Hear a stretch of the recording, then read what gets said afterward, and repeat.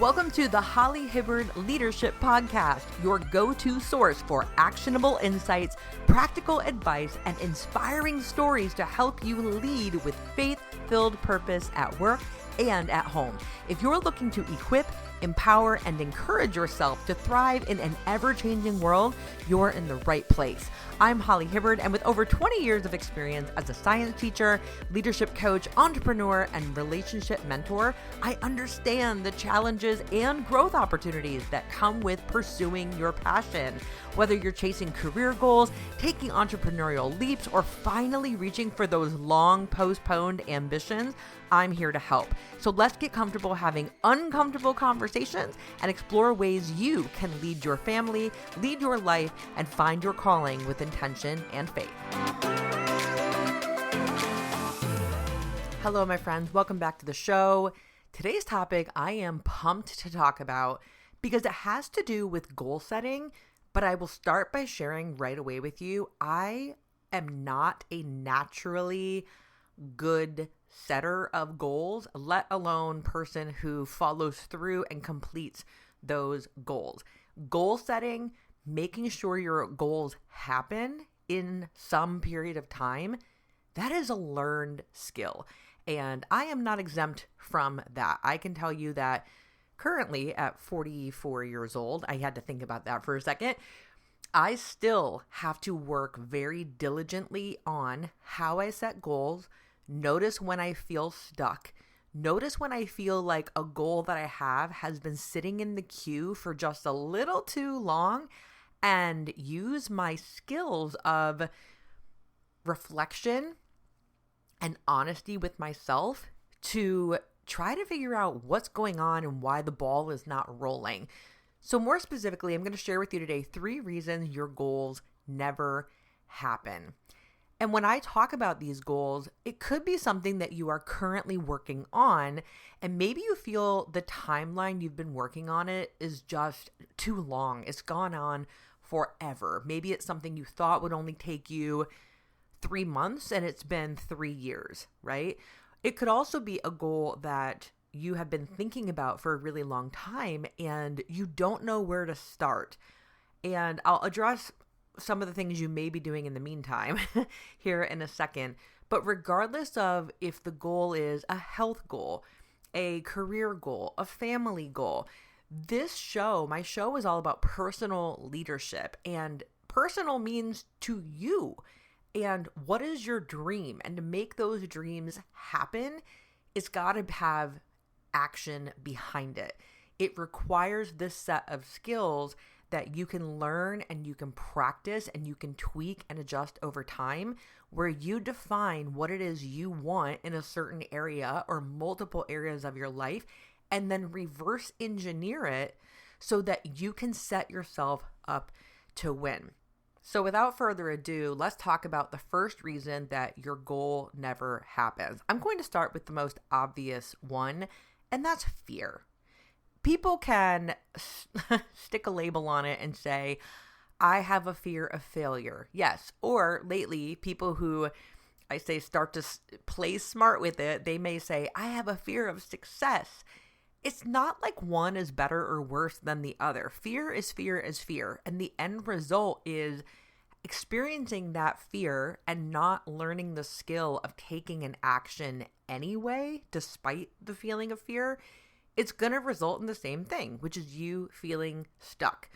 Fear is part of setting a goal in the first place, because for you to even dream about this goal, to envision this goal for your health or for your family or for your house or for anything where you live, the kind of lifestyle that you want to have, you've got to be able to have a moment of courage.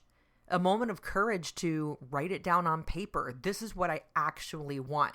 And then if you share it with somebody else, like a person that you're close to, or your spouse, or your coworkers, or your boss, oh my gosh, now that is courage plus another level of vulnerability for you to open up about what is on your heart. You also have probably the fear that you don't have what it takes to make this thing happen. My most oh my gosh, this skill of resourcefulness has become my latest favorite thing that I like to remind myself of whenever I have these moments of fear. I am resourceful. I have figured it out. And not alone either, right? I can figure it out with the support of other people who have what I say I want for my life. But again, another layer of fear is a fear of asking for help. So it could be a variety of these things. Is it a fear of failure? Probably. Is it a fear of success? Maybe. That's a mindset shift. If you have a fear of asking for help, asking for support, you don't know how to utilize those resources and become more resourceful, those things are skills. And all it takes is one small action step to have that thing start to move. So if it is writing your goals down on a piece of paper, even if it's on a sticky note, I don't care where it goes, a 3x5 card that you put in your wallet and you see it every time you go shopping and take out your debit card or what have you. Practice it. Try it. If it doesn't work for you, you can always find another skill. But take an action that can start to prove to yourself, hey, I'm going to have a fear about this. And action is the antidote to fear.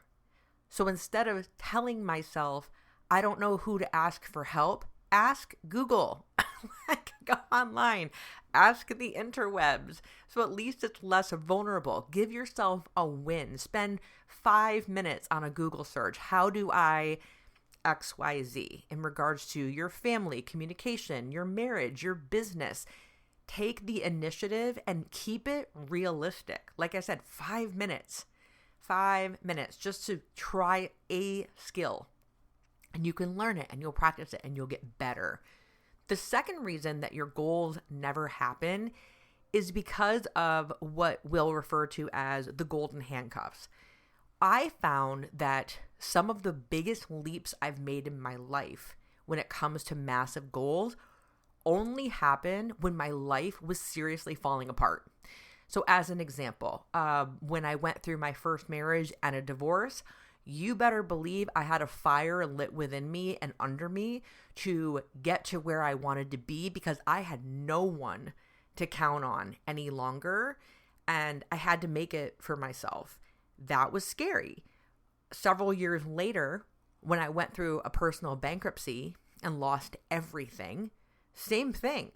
I mean, I had $37 in my checking account and I managed to keep my car through a bankruptcy and I moved in with my friend. Talk about just gutted. Very, very difficult. But man, that made me work. I worked really hard. So what's this golden handcuffs thing anyway? Well, obviously based on those examples, my fear catapulted me, the downtrodden times of my life pushed me to get out of that. And yeah, that's a huge motivator to go after the goal. But what about the golden handcuff moments? What about seasons of your life where you do have a well-paying job or your business has been doing fairly well for a while, or the culture in your organization that you run is pretty great, and your marriage you would score an 8 out of 10, 10 being best. And maybe your kids are happy and they're doing well in school. The American standards of what a life, quote, should look like. That's a golden handcuff because you can always rely on that being there. There isn't that fear of, oh my goodness, what if I don't make it? Or I'm broke, now I have to survive. Or I'm fresh out of divorce and now I have to survive. That survival, if you know it pushes you, great. I don't wish anybody ever have to go through those moments. And I think many people have gone through those moments. But how do we get our goals to happen when we are not setting goals in moments that are not moments of desperation?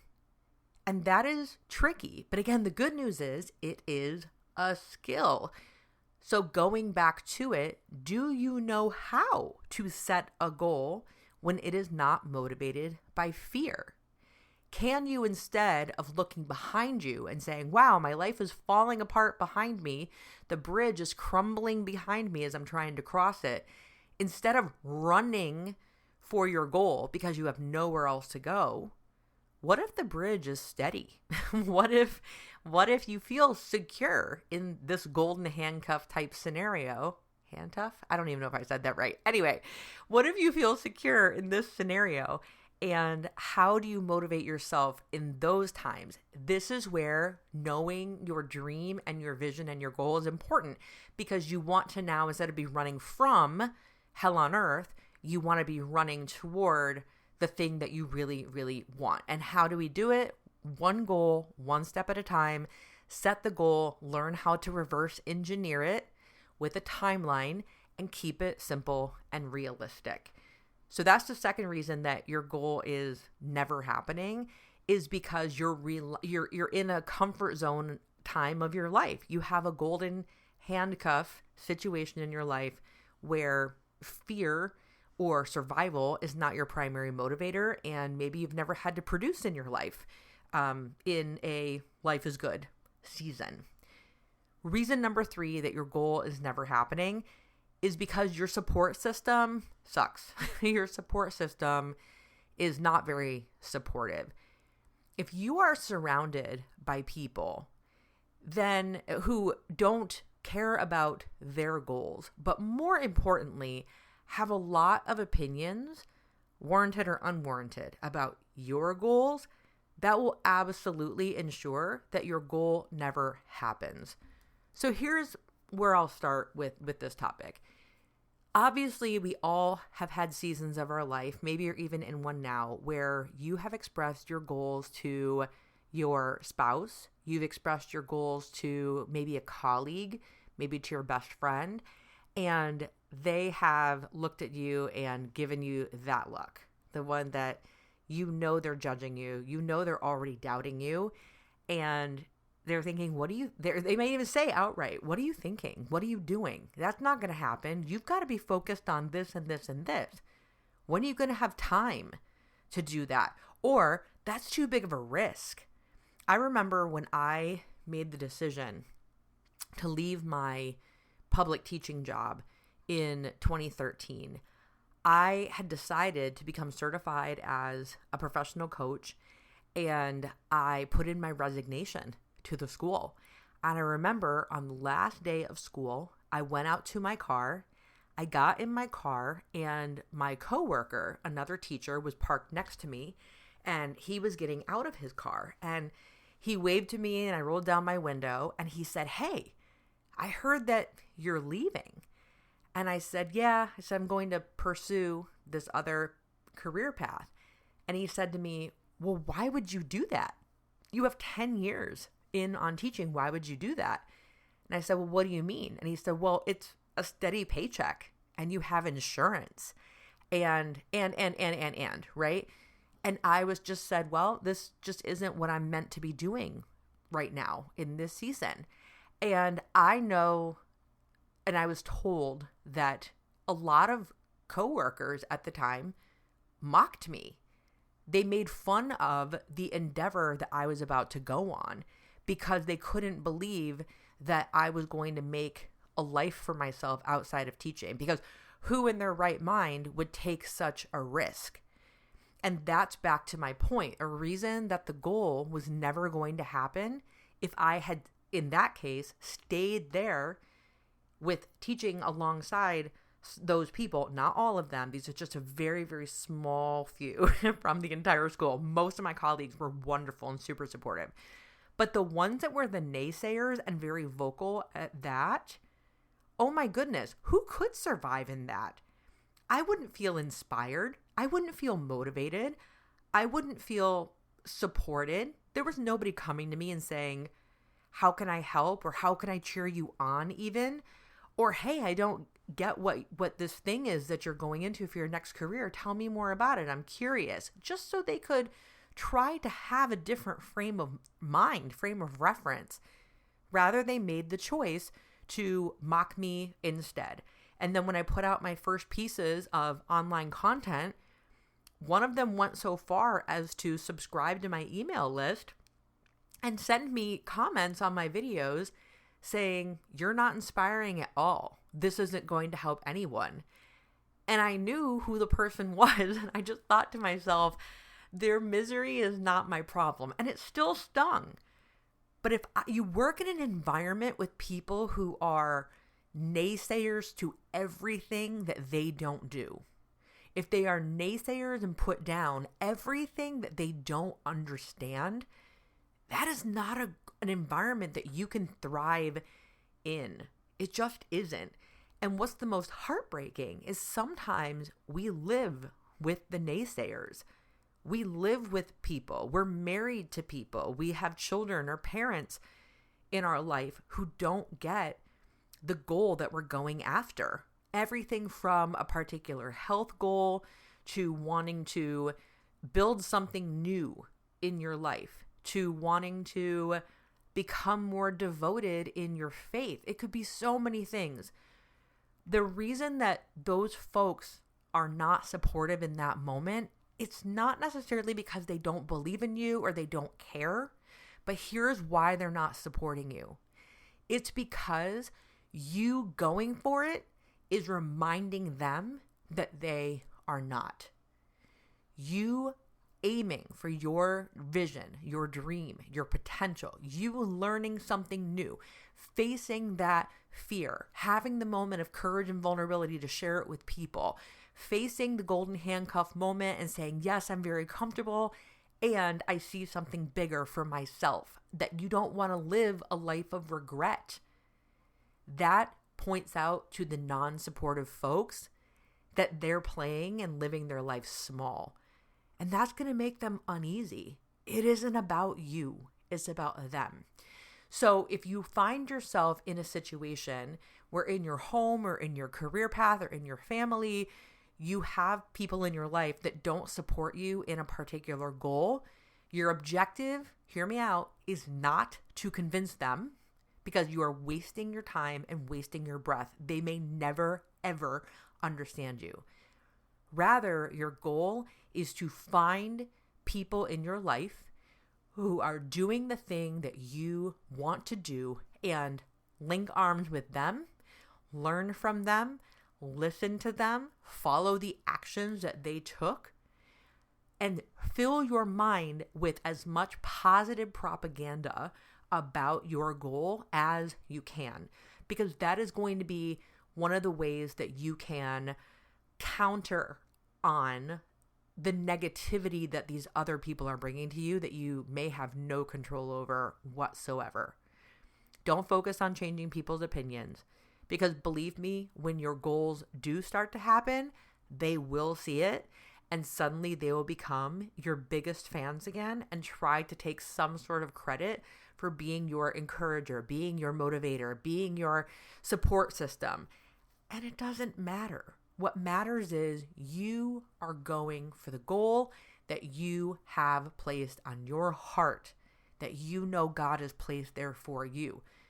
Yes, there is more to life than just this, whatever, quote, this is for you in that moment. So those are 3 reasons that your goals may not be happening. You're facing your fear, but fear is winning. You're stuck in a comfort zone moment with the golden handcuffs and this is pretty good and everyone's reminding you that it's pretty good, so we're not going anywhere because our life isn't falling apart badly enough yet.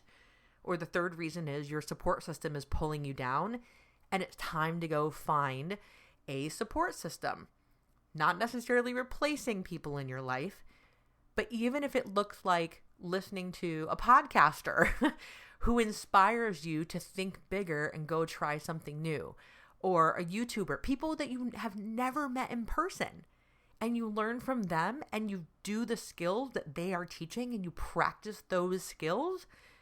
That's a large portion of how I got to where I am today, in everything from becoming a coach to learning how to facilitate transformational workshops, curriculum design, how to communicate, in my relationship status, being single for many years and now being a family person, how to raise my child.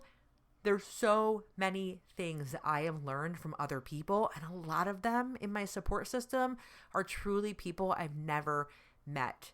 So stay resourceful, stay grounded in your goal, write it on paper, write it on a sticky note, face the fear, ditch the golden handcuff, learn how to intrinsically motivate yourself toward what you do want instead of running from what you don't, and surround yourself with people who can encourage you in some way. If one of those things happens, you will start to have traction in having your goal finally happen, okay? I hope this was supportive.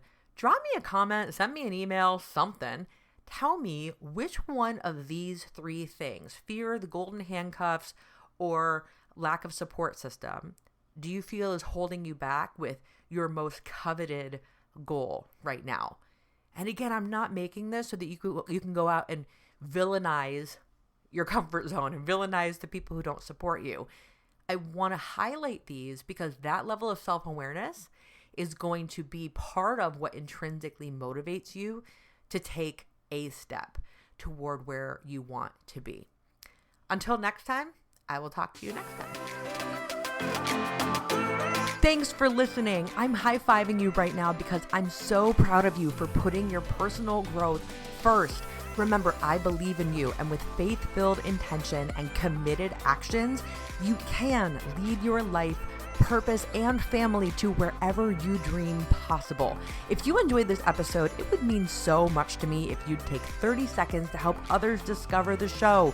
Leave a 5-star review on Apple Podcasts, share the show with your friends and family, or screenshot this episode to your Instagram stories and tag me at the Holly Hibbard. Remember, you're not alone in this journey. I'm always here cheering you on, and until next time, stay curious, remain encouraged, and keep empowering yourself. You're doing better than you think, I promise.